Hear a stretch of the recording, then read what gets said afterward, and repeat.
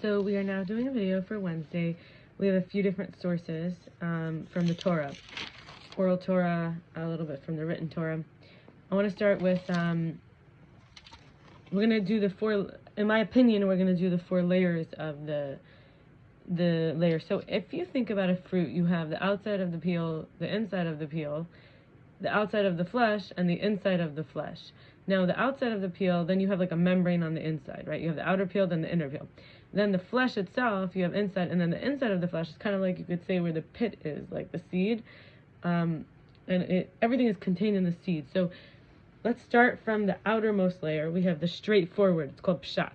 Then we have remez. Then we have drush. Then we have like the illusions, like the interpretation.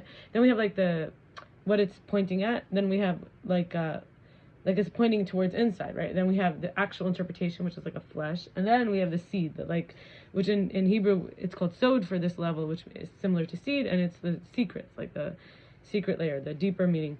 And even that deeper meaning, we say it's not exactly the pit. It's sort of like the flesh on the inside, the membrane of the inner flesh around the seed, kind of. So in Deuteronomy chapter 17, we have verse 9, 10, and 11. 9, and you shall come to the Levitic Kohanim, the priests, and to the judge who will be in those days, and you shall inquire, and they will tell you the words of judgment.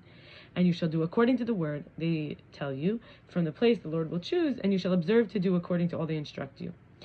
According to the law they instruct you, and according to the judgment they say to you, you shall do. You shall not divert from the word they tell you, either right or left. Very straightforward. Then we have sort of like the oral Torah, kind of like remez. So I'm going to give like 3 examples of that. 3 small-ish examples. We have, I'm going to use Talmud for this. Bereshis Rabbah 10, I think it's Bereshis Rabbah 100. Rabbi Yana said, in the name of Rabbi Hama, a man's feet are his guarantors to bring him wherever he is summoned. Barak Kapra said, for 3 days the soul is hovering over its grave, believing it'll be able to return into the body. When it sees the radiance of the face has changed, it goes and leaves it. I just thought those are very interesting things. Now, these point us somewhere. Just let's get the idea here. The reason I'm putting them in this category is because it's saying there's something in our feet, our dignity, our intuition that's guiding us. The feet are taking us there. Whether or not our mind, it's like head over heels, like this idea that whether or not our mind is there, you're not paying attention. If you don't look where you're going, you'll go where you're looking. Something like that. And Bar Kapra, one where it's saying that the soul really wants to be in the body, actually, even though we often want to get higher and more and greater and bigger, and we want to get out of our body, we want an out-of-body experience, and we want to feel like, all these things. But really, the reason we feel so good when we're grounded is because the soul really wants to be in the body, when we feel centered, when we feel rooted. And so this is the idea that it actually waits 3 days when someone's buried, to see that the face has already changed, that the radiance is gone, the soul is no, like the spirit is left, the energy body has left the body, and the soul will no longer have like a glue to be in the body, and then it goes on, continues its journey, it leaves it. Another part of the Talmud, it says, Shabbat 15, 152b and 153a, it says, Rabbi Abahu said, for a full 12 months, a deceased person's body remains, and his soul ascends and descends, and that, such that it is sometimes in this world with the body. After 12 months, the body ceases to exist, his soul ascends to its place beneath the throne of God and doesn't descend anymore. So it takes 12 months of it going up and down, sort of, it doesn't want to let go. It's like the soul and the body are so connected. This tells us really deeply. I'm just like talking more about it. It's not quite giving us interpretation. It's just sort of saying the hints, and then we have Rabbi Yochanan ben Zakkai says, the judgment day with the righteous and the wicked is like a king who makes a feast for his servants, and he's displeased with those who come dirty and unprepared. And the third one that I said I would share is that the sages taught in the Tosefta, which is Beitza 4:7. Tosefta means like in an additional kind of part, that 5 things were stated in regard to a coal, in regard to the halachic differences between a flame and a coal. So it's sort of straightforward, these comments, right? They're pretty straightforward, but they hint. There's like a hidden depth, kind of. So it says, the coal is at the feet of the owner with regard to its festival resting place, whereas a flame may be carried anywhere. So, in other words, a flame could be carried, but the coal is in its place.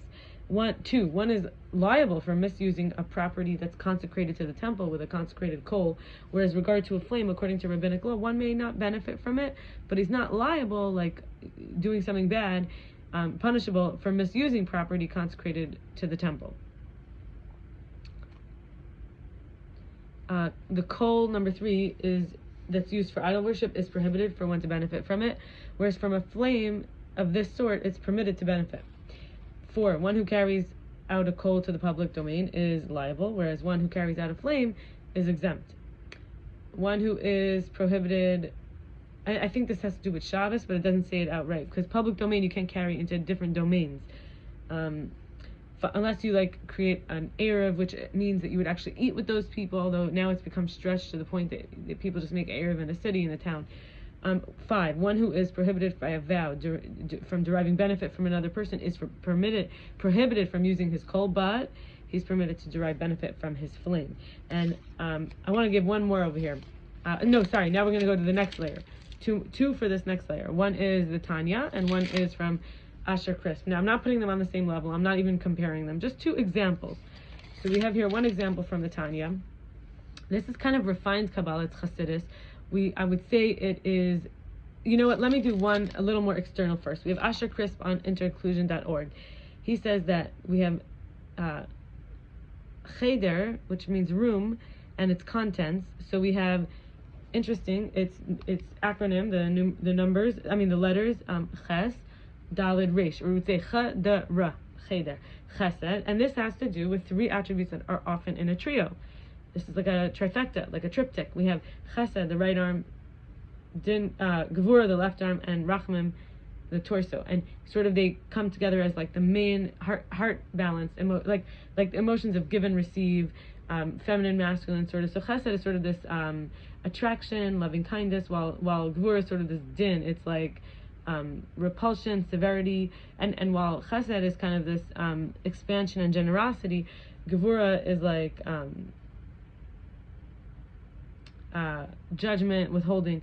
And then we have rachamim, which is tiferet, compassion, mercy, but it's all about synthesis, beauty, you might even say harmony. So these are the upper emotions, and then there's also a trio, a triptych, a trifecta, the lower emotions.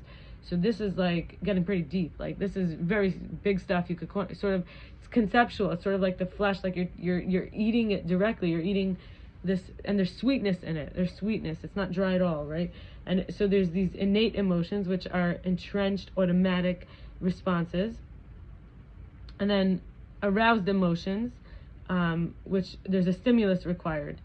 So we have aroused emotions where there's a stimulus required, and innate emotions, which are automatic entrenched responses.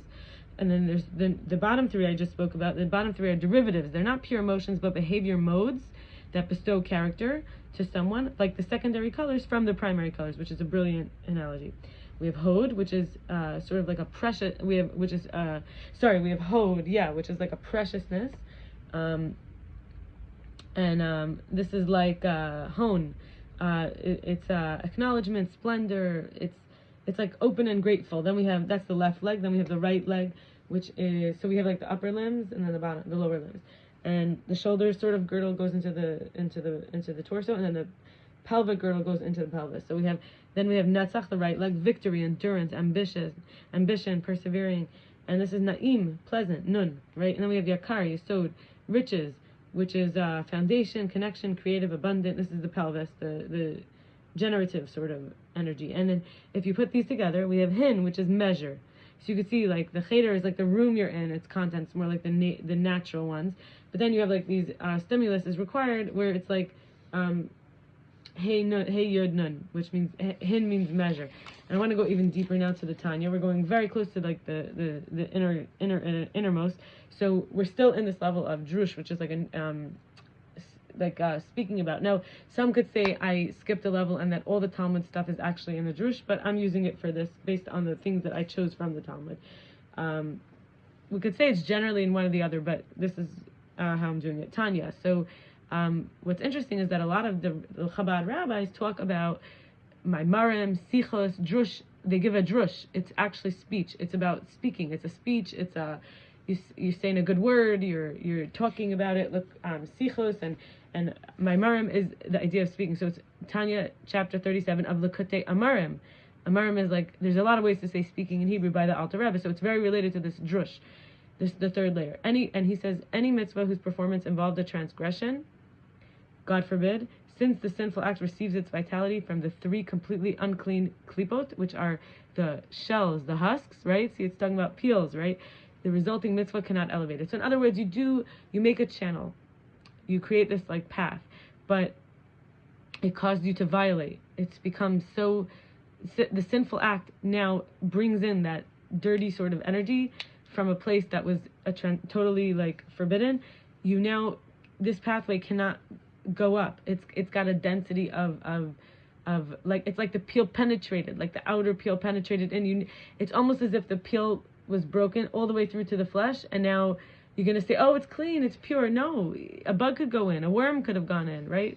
It's so perfect to what we're talking about. And then I want to talk about the sod, which is the sod, yeah, which is like and Tanya is actually picking up off the sod. You could see it's like the inner flesh, the outer flesh. So we have Zohar, which is the Kabbalah source from Rabbi Shimon Bar Yochai, his time period and his learnings and his students. Chapter 59 of the Parsha, the portion Pekudei. The piece, like divided in the translation I read, 923, says the time of reign, like rulership, is through the night for the taking fill of love, the eye of the adulterer, the I and you togetherness, pleasure. This is through the night. This energy convinces a young man that if he doesn't please himself now, then when? It's this idea like, now you have no wife. Is a young man. Now you have no wife. It's time to have pleasure.